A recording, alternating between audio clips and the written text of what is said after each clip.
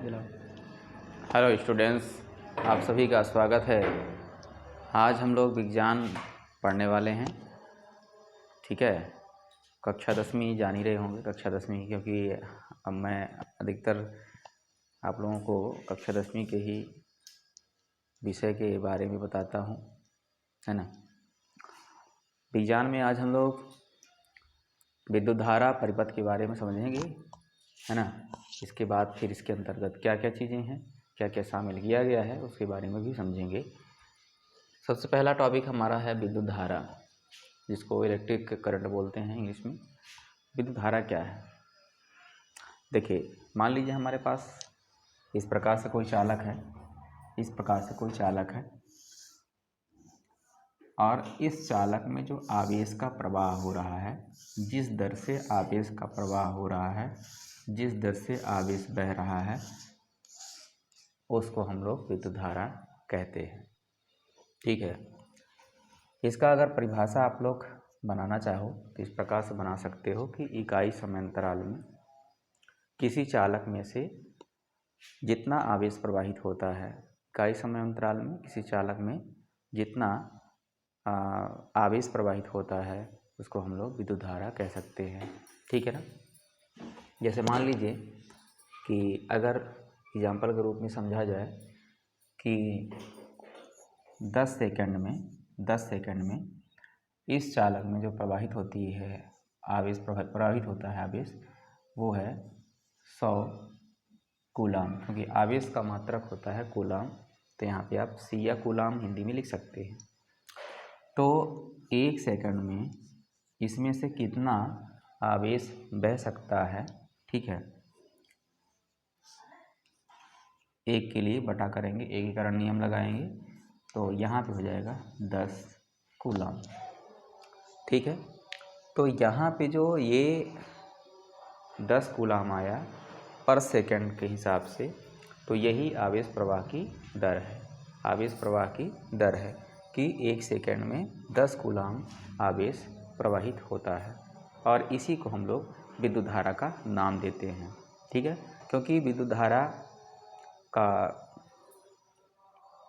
महत्व बिना आवेश का नहीं होता है, क्योंकि आवेश प्रवाहित होगा, आवेश प्रवाह होगा, एक के बाद एक आवेश आगे बढ़ेंगे, तो उसकी दर देखेंगे कि किस स्पीड से हो रहा है, पर सेकंड कितना आवेश प्रवाहित हो पा रहा है उस चालक में से, उसको हम लोग विद्युत धारा कहते हैं। अच्छा, इसका जो सूत्र है, आप लोग सूत्र इस प्रकार से लिख सकते हो। एक बात और, इसका जो दर्शाने का एक शब्द है आई, है ना, आई से इसको मतलब दर्शाया जाता है। ठीक है, और विद्युत धारा का जो सूत्र होता है, विद्युत धारा बराबर होता है आवेश बटा समय, आवेश बटा समय।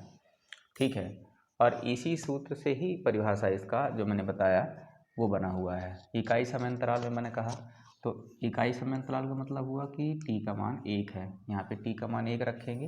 अच्छा, समय t है ना, एक बार ऐसे लिख देते हैं, I बराबर q बटा में t।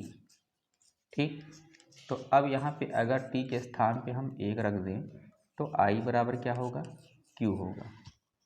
यानी जब हमने समय को इकाई लिया, 1 लिया, तो आवेश और धारा दोनों ही बराबर है।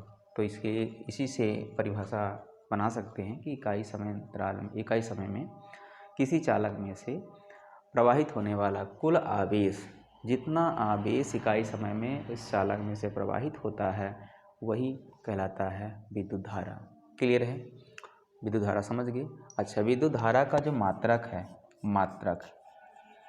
विद्युत धारा का जो मात्रक है, ये मात्रक एम्पियर है, एम्पियर। ठीक है, इसको हम लोग ए भी लिख सकते हैं। क्या लिख सकते हैं? ए हम लोग लिख सकते हैं। क्लियर है ना?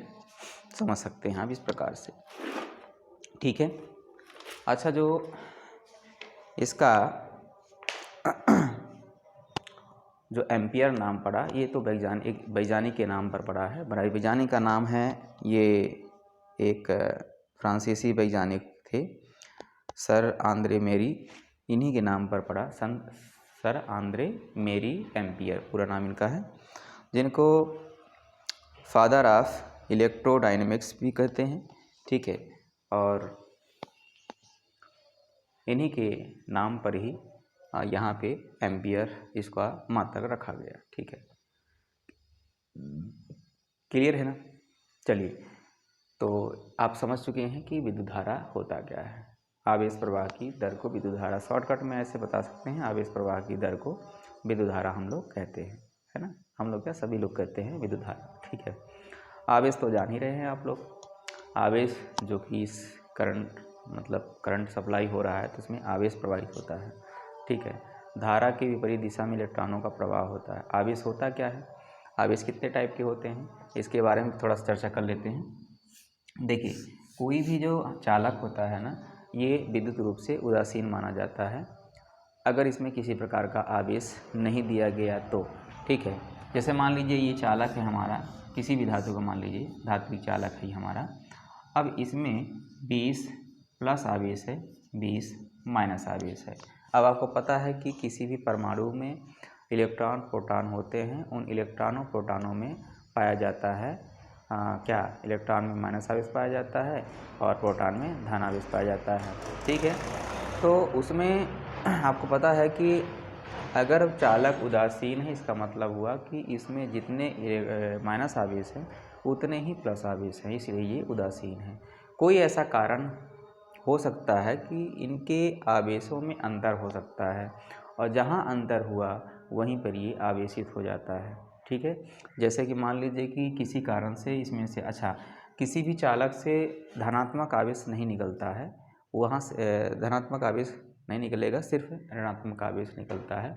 अगर ये पॉजिटिव में बनेगा तो इसका मतलब ये हुआ कि अगर 20 इसमें प्लस था, 20 माइनस था, तो इसमें से मान लीजिए कि 10 माइनस आवेश बाहर निकल गया।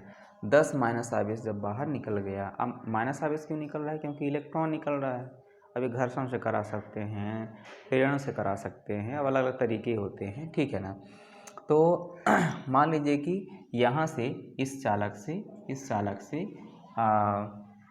10 माइनस आवेश बाहर निकल गया। अब इसमें कितना बचा भाई, 10 घटा दीजिए आप, 10 घटाएंगे कितना बच रहा है, 10 माइनस आवेश बच रहा है। मतलब अब इनके संतुलन में देखिए क्या गड़बड़ी हुई।